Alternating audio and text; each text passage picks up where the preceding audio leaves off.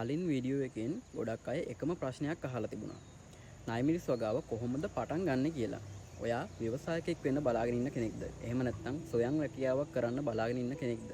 මේ වීඩියෝ එක සේව් කරගන්න, මේ වගේ දේවල් ඉස්සරහටත් බලන්න, ෆලෝ කරගෙන යන්න. මේ වීඩියෝ එකෙන් ණය මිරිස් වගාව පටන් ගන්න කලින් අනිවාර්යයෙන් හිතන්න ඕන මූලික දේවල් ටික කෙටියෙන් සහ සරලව කියන්න.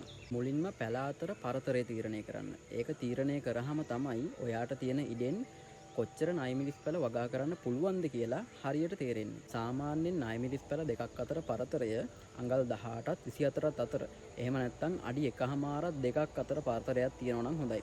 එහෙම තිබුණොත් පැලේ හොඳට වර්ධනය වෙනවා වගේම රෝග අඩු වෙනවා, අස්වැන්න වැඩි වෙනවා. ඊට පස්සේ බලන්න ඕන දේ තමයි ඔයා වගා කරන්නේ මොන ක්‍රමයකටද කියලා. ඒ කියන්නේ වගා කරන්නේ එලිමහන් විදිහටද එහෙම නැත්නම් ආවරණය කරලාද කියලා. එලිමහන් විදිහට නම් හොඳින් සූර්යාලෝකය ලැබෙන්න ඕනි. ආවරණය කරලා නම් සූර්යාලෝකය සහ වාතය ගමන් කරන්න පුළුවන් වෙන්න ඕනි.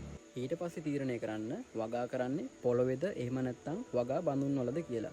කුඩා ඉඩ ප්‍රමාණයක් තියෙනවා නම් වගා බඳුන් වල වගා කරන එක හොඳයි. ලොකු ඉඩ ප්‍රමාණයක් තියෙනවා නම් පොළොවේ වගා කරන්න පුළුවන්.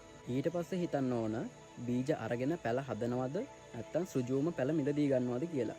ඉක්මනට වගාව පටන් ගන්න ඕනි නම් ක්වොලිටි පැල මිලදී ගන්න එක ලේසි.